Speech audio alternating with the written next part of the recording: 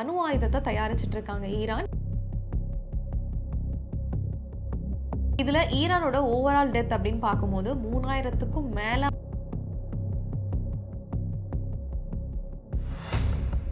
இந்த வார் சீரியஸ் ஆகிறதுக்கு main reason வந்து அலி கமேனியோட டெத்.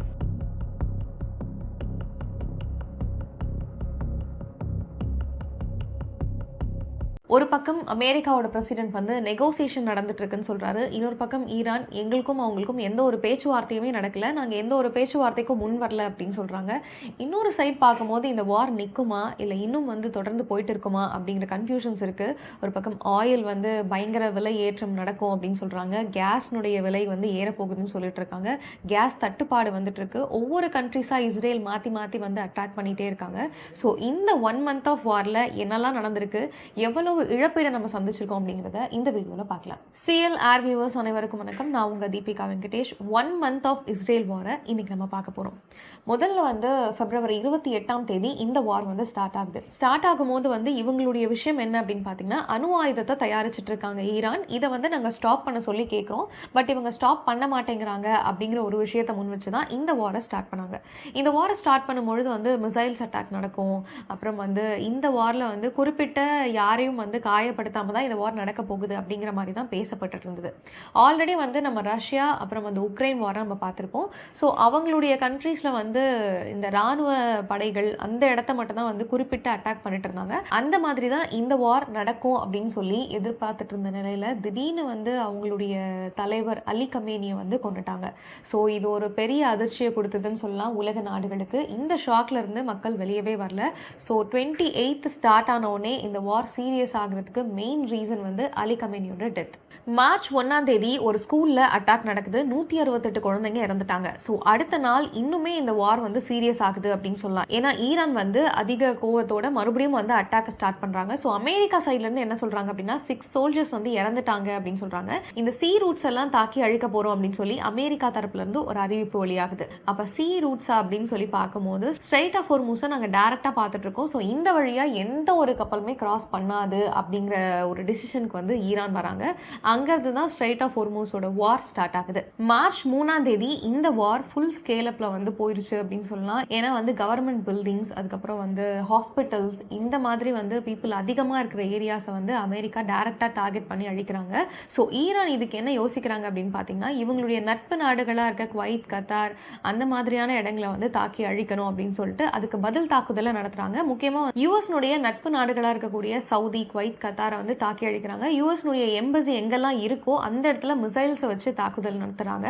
ஸோ இந்த வார் வந்து 4வது நாள்ல பீக்க போய் தொட்டுடுது அப்படின்னு சொல்லலாம். அடுத்த நாள் மார்ச் 4 இந்த வார் ஸ்டார்ட் ஆகி 5வது நாள் இந்த பார்டர்ஸை மட்டும் தாக்கிட்டு இருக்காங்க, இல்லை இந்த ஸ்கூல்ஸ் தாக்கிட்டு இருக்காங்க அப்படின்னு பார்க்கும்போது அதையும் தாண்டி ரெசிடென்ஷியல் ஏரியாவை அதிகமாக தாக்க ஆரம்பிக்கிறாங்க. ஸோ இந்த தாக்குதலில் வந்து 80க்கும் மேலே வந்து டெத் வந்து ரிப்போர்ட் ஆகுது அப்படின்னு சொல்லலாம். 80க்கு மேலே தாக்கி அழிச்சிட்டும் வந்து இஸ்ரேலினுடைய பிரதமர் என்ன சொல்றாரு நெதன்யாகு அப்படின்னு பார்த்தீங்கன்னா, இன்னும் இவங்களை அதாவது ஈரானை தாக்கி கம்ப்ளீட்டா வாஷ் அவுட் பண்றதுக்கு எங்களுக்கு டைம் வேணும் அப்படின்னு சொல்றாரு. இப்போ இது வந்து குளோபல் லெவல்ல வந்து ஹிட் ஆகுது. ஸோ இது வந்து வேர்ல்டு வாரா மாற வாய்ப்பு இருக்கா அப்படிங்கிற மாதிரி யோசனைகளும் வருது. ஏன்னா இந்த இடத்துல என்ன பண்றாங்கன்னா, அமெரிக்காவுக்கு சப்போர்ட் பண்ணிட்டு இருந்த நாட்டோ ஈராக்ல இருந்து வெளியே போறாங்க. ஏன்னா வந்து ஈரான் ஈராக்கை டைரக்டா அட்டாக் பண்ண ஆரம்பிச்சிட்டாங்க அப்படிங்கிறதுனால இது குளோபல் வாரா மாற போகுது அப்படிங்கிறதுனால அங்கிருந்து அவங்க வெளியே போறாங்க. அப்போ வந்து அமெரிக்க அதிபர் ட்ரம்ப் என்ன சொல்றாருன்னா, இப்ப நாட்டோ படைகளும் வெளியே போயிடுச்சா, அப்ப இவங்களும் எனக்கு வந்து ஹெல்ப் பண்ண மாட்டாங்களா, நான் எவ்வளோ ஹெல்ப் வந்து நாட்டோக்கு பண்ணியிருக்கேன் தெரியுமா அப்படின்னு சொல்லி நிறைய விஷயங்களை முன்வைக்கிறாரு. மார்ச் 5 இருந்து 6 இந்த வார் இன்னும் வந்து தீவிரமடையுதுன்னு சொல்லலாம். ஏன்னா காமன் பீப்புள் நிறைய பேர் இதுல வந்து பாதிக்கப்படுறாங்க. மொத்தம் 70,000க்கும் மேல இருக்கிற பீப்புள் வந்து அவங்களுடைய வீடுகளை இழந்துட்டு வெளியே போறதுக்கான ஒரு சிச்சுவேஷனுக்கு தள்ளப்படுறாங்க. முக்கியமா இந்த ஓனோஸ்ல இருக்கவங்க, ஸோ ஒரு இடத்துல இருந்து இன்னொரு இடத்துக்கு மாற முடியாம இருக்கவங்க எல்லாம் ரொம்பவே இதுல கஷ்டப்பட்டாங்க அப்படின்னு சொல்லலாம். இந்த தாக்குதல்னால வந்து காமன் பீப்புள் அதிக அளவில் பாதிக்கப்பட்டிருக்காங்க. மொத்தமா 200க்கும் மேல டெத் ரிப்போர்ட் வந்து இந்த 5 இருந்து 6 ரெஜிஸ்டர் ஆகுது. அடுத்ததா மார்ச் 7 இருந்து 8 ஸோ இந்த 2 நாட்கள்ல வந்து முக்கியமா ஈரானை வந்து இஸ்ரேலும் அமெரிக்காவும் எங்க தாக்குதல் நடத்துறாங்க அப்படின்னு பார்த்தீங்கன்னா, இந்த ஈரான் வந்து ஸ்ட்ராங்கா இருக்கிறது அப்படின்னு சொல்லி பார்க்கும்போது இவங்களுடைய ஆயில்ல தான் இவங்க வந்து பயங்கர ஸ்ட்ராங். ஸோ இந்த ஆயில் வச்சிருக்க இடத்துல வந்து டைரக்ட் அட்டாக்ஸை வந்து அமெரிக்காவும் இஸ்ரேலும் தொடுக்குது. இது மட்டும் இல்லாமல் இவங்களுடைய அவங்களுடைய கெமிக்கல் ஃபேக்டரிஸை டைரக்டா அட்டாக் பண்றாங்க. பயங்கரமான வீடியோஸ் எல்லாம் வந்து பார்த்திருப்போம். ஃபயர் அட்டாக்னால வந்து இந்த இடம் எரிஞ்சிட்டு இருக்கு, ஊர் ஃபுல்லா வந்து புகையாயிடுச்சு, ஸோ யாரும் வீட்டை விட்டு வெளியே வராதீங்க அப்படின்னு சொல்லி ஈரான் நிறைய விஷயங்களை சொல்றாங்க. யாருமே வீட்டை விட்டு வெளியே வராம ஒரு 2 நாளைக்கு இருக்காங்க. அதாவது 7ஆம் தேதி 8ஆம் தேதி. இந்த தாக்குதலுக்கு அப்புறம் ஈரான் இன்னும் வந்து ஆக்ரோஷமாயிடுறாங்க. ஏன்னா அவங்களுடைய முக்கியமான வந்து அவங்களுடைய பொருளாதாரத்தினுடைய அடிப்படை அப்படின்னு பார்க்கும்போது அவங்களுடைய எண்ணெய் கிடங்குகள் தான். இது டைரக்டா தாக்கி அழிக்கப்படும் போது இவங்க இன்னுமே வந்து கோவப்படுறாங்க. ஆனா அதுக்கப்புறம் வரக்கூடிய நாட்கள்ல வந்து நிறைய விஷயங்களை யூஎஸ் வந்து போய் சொல்லுது. ஏன்னா யூஎஸ் வந்து ஒரு நாளைக்கு 1 பில்லியனுக்கும் மேல வந்து இந்த வார்க்காக செலவு பண்ணிட்டு இருக்கு அப்படிங்கிற தகவல்கள் வெளியாச்சு. ஸோ எங்ககிட்ட வந்து காசு ரொம்ப கம்மியா இருக்கு அப்படின்னு சொல்லிட்டு நிறைய விஷயங்களை வந்து யூஎஸ் முன்வைக்குது.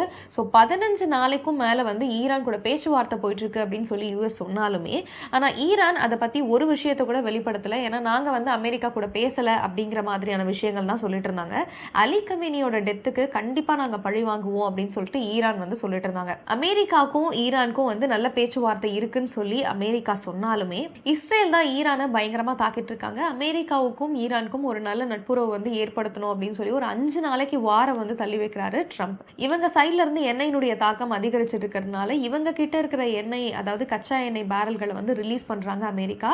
ஸோ 70% ஆஃப் பேரல்ஸை வந்து அவங்க ரிலீஸ் பண்ணாலும் அதுவும் பத்தாம போயிட்டு மறுபடியும் வந்து ஈரான் கிட்ட தான் போய் நிற்கணும் அப்படிங்கிற சுச்சுவேஷனுக்கு வரும்பொழுது ஏன் எந்த நட்பு நாடுகளும் வந்து ஹெல்ப் பண்ண மாட்டேங்குதுன்னு சொல்லி அமெரிக்கா மறுபடியும் வந்து கோவத்துக்கு போறாங்க. இருந்தாலும் இப்போ இந்த சுச்சுவேஷனை இப்படி ஹேண்டில் பண்ணக்கூடாது அப்படிங்கிறதுனால மறுபடியும் 10 நாளைக்கு வார தள்ளி வைக்கிறோம் அப்படின்னு சொல்லி அமெரிக்க அதிபர் ட்ரம்ப் வந்து அறிவிப்பு வெளியிடுறாரு. மார்ச் 24 இருந்து 27க்குள்ள நிறைய விஷயங்களை நாடு சந்திச்சிருச்சு அப்படின்னு சொல்லலாம். நாடு அப்படின்னு சொல்லும் பொழுது ஈரான், இஸ்ரேல், அமெரிக்காவை தவிர்த்து இந்தியாவுமே வந்து இதனால நிறைய சிக்கல்களுக்கு உட்பட்டது அப்படின்னு சொல்லலாம். ஏன்னா வந்து கேஸ் சிலிண்டர்னால நிறைய தவிப்புகள் இருந்துச்சு. ஒரு ஊர்ல இருந்தும் வந்து வாழ்வாதாரம் பாதிக்கப்பட்டு அவங்கவுங்களுடைய சொந்த ஊர்களுக்கு ஷிஃப்ட் ஆக ஸ்டார்ட் ஆயிட்டாங்க. இதுல வந்து எண்ணெய் அப்படின்னு சொல்லி பார்க்கும்போது சிலிண்டர்ஸ் தட்டுப்பாடு அப்படிங்கிற தாண்டி பெட்ரோலும் டீசலும் வந்து உயர்ந்த நிலைக்கு போகுது. இதுக்கப்புறம் வந்து அதிகமாக கிடைக்கவே கிடைக்காது அப்படிங்கிற மாதிரி பேரலா வந்து பெட்ரோலை பிடிச்சிட்டு போக ஸ்டார்ட் பண்ணிட்டாங்க. ஸோ இந்த மாதிரியான நெருக்கடிகளுக்கு வந்து நம்ம உள்ளானோம் அப்படின்னு சொல்லலாம். இதுல வந்து ஷேர் மார்க்கெட் பயங்கரமா அடி வாங்கிருச்சு. இதுல ஈரானோட ஓவரால் டெத் அப்படின்னு பார்க்கும்போது 3000க்கும் மேல அவங்க வந்து உயிரிழப்புகளை சந்திச்சிருக்காங்க அப்படிங்கிறத தெளிவுபடுத்திருக்காங்க. இந்த வார் ஸ்டார்ட் ஆகி 1 மந்த் ஆயிடுச்சு. ஸோ இந்த நிலைமையில வந்து ஆயில் பிரைஸ் அப்படின்னு பார்க்கும்போது அன்ஸ்டேபிளாக இருந்துட்டு இருக்கு. குளோபல் லெவலில் நிறைய ப்ரெஷருக்கு வந்து உள்ளாகிட்டு இருக்கோம் அப்படின்னு சொல்லலாம். ஸோ இதை வந்து நாடுகளுடைய ஹெட்ஸை தான் அட்டாக் பண்ணுது அப்படின்னு பார்த்தா இல்லை, காமன் பீப்புள் தான் இது பயங்கரமாக அட்டாக் பண்ணிட்டு இருக்கு.